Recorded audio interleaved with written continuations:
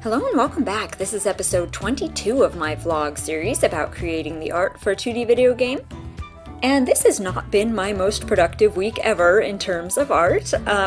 We have family in town this week, which is actually a really nice break just from the regular routine, but it means that I haven't been doing very much drawing.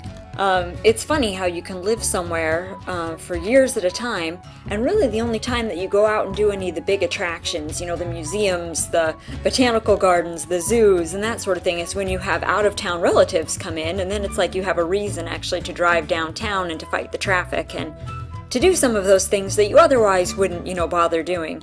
So anyway, we've been doing a lot of that this week. I have had a little bit of downtime just when once everybody's all burned out from just sightseeing and playing all day, it seems like everybody just sort of crashes and takes naps. And so I've been, coming into the office and spending a little bit of time drawing. And actually, if you watched last week's video, I think I ended it by showing the process I was working on doing furniture for the Manor house that you're watching me draw right now. And so I've been drawing a lot more of that, but still, I'm still not to the coloring phase yet. I just keep adding more furnishings, to my list. I have finished all of the furniture for the master bedroom. So if you watched last week's video, you kind of know what I'm talking about. I had already done all the furniture for the drawing room and the dining room and the kitchen. And I think I did the staircase. And anyway, so now I was moving on to the bedrooms. And so I finished drawing all of the furniture for the master bedroom. And I still have to do the furniture for the daughter's bedroom, Eustacia, her bedroom. So I'm working on that, but I'm still haven't colored any of it yet. So that's looming over my head because this asset sheet that I've made is just getting bigger and bigger and bigger. But I keep telling myself that it's going to be time well spent because I think if I'm smart about it, I can probably reuse some of the furnishings that I'm making for the manor and actually use them in other buildings in the kingdom.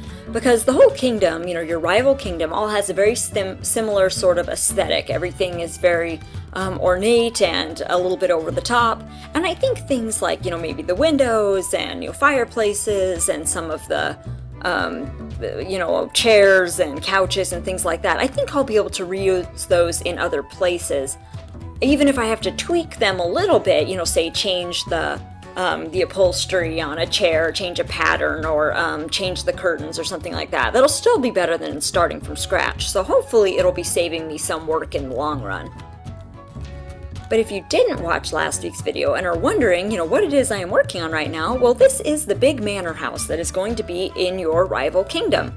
In last week's video, I showed the finished sprite sheet because I've had this done for a couple weeks now at least, 2.5 weeks, and I've basically just been working on furniture since then.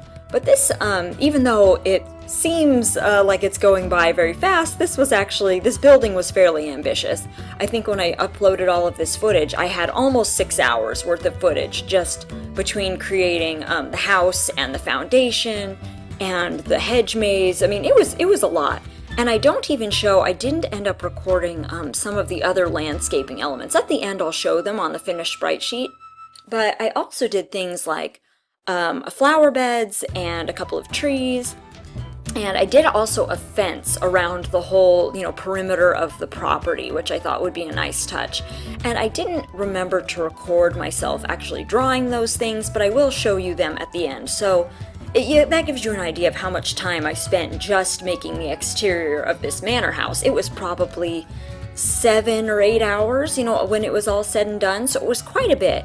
And actually the interior is taking me even longer. And I've finally gotten to the point that I've stopped recording a lot of the drawing process because to me it just feels, fairly tedious. By the time you watch me draw, 20, 30 different articles of furniture, you might be kind of bored with it. So I'll show what I'm planning on doing is recording. I've already recorded some of the drawing process, so you'll at least get to see some of that. But then it'll just the video will skip ahead in time and you'll get to see more of like the coloring and probably, I might even record myself when I usually try and make like a mock-up of the interiors and exteriors, just to get an idea of what the space will look like put together. You know, I lay in the flooring, I put in the walls, and then I arrange the furniture, and it helps me to figure out if there are any gaps or things I forgot to make or things that I should make that would make sense, you know, in that space.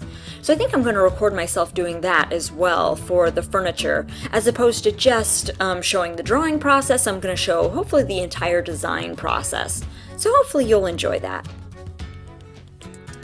So, you know, good as my intentions were of getting all that furniture done this week, it didn't happen. It didn't even get close to happening.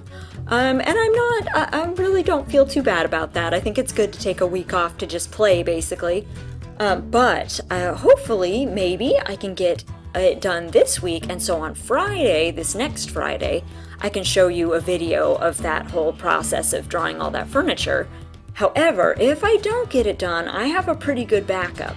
See, I've been telling you about the giant rats that you can get for your farm, and it's just, for some reason that idea is just so funny to me. And so anyway, I did draw them, they are done, and now they're actually up and running to where you can adopt giant rats to come live in your barn, and you can breed them, and you can butcher them.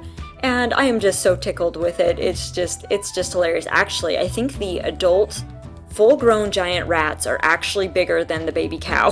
That's how big they are. And they're just fat and cute.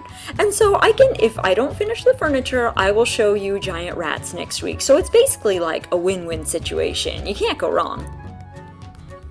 But actually, you know, speaking of like, you know, work-life balance, this is the part of the episode where I get a little bit preachy, but it just reminded me back when I was in college. And I remember we used to have to go, all of the art majors had to go to these seminars. The school would invite industry pros to come speak to the students, you know, about what they did. And so they would bring in different, you know, kinds of artists. We had illustrators and sculptors, fine artists, and we would sometimes get like animation pros and that sort of thing. And I actually really liked the seminars. I always really looked forward to them. The presentations were always just really good.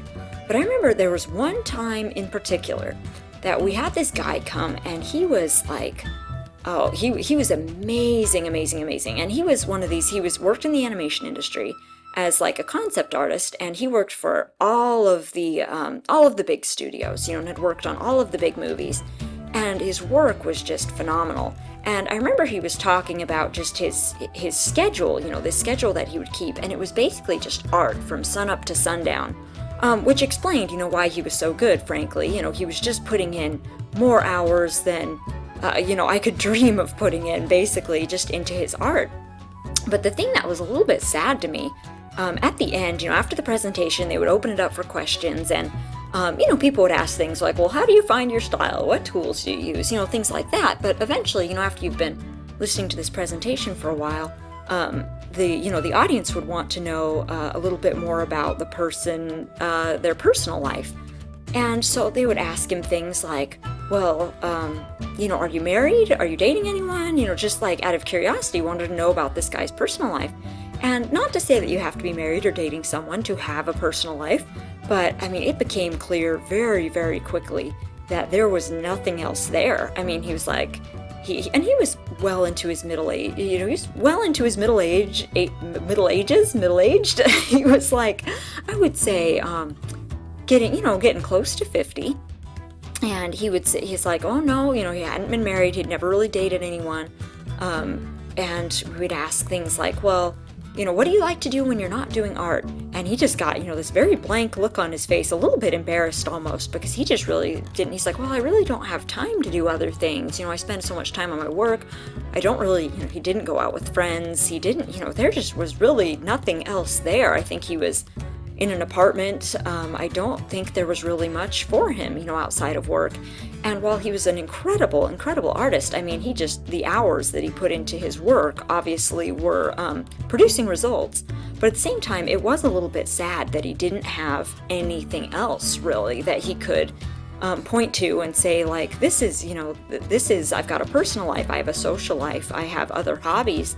And that's always stuck with me as something I didn't really want to be in that situation. Now, will I ever be as good an artist as him? Well, probably not, because he's just plain putting in more hours than I ever will or probably ever could.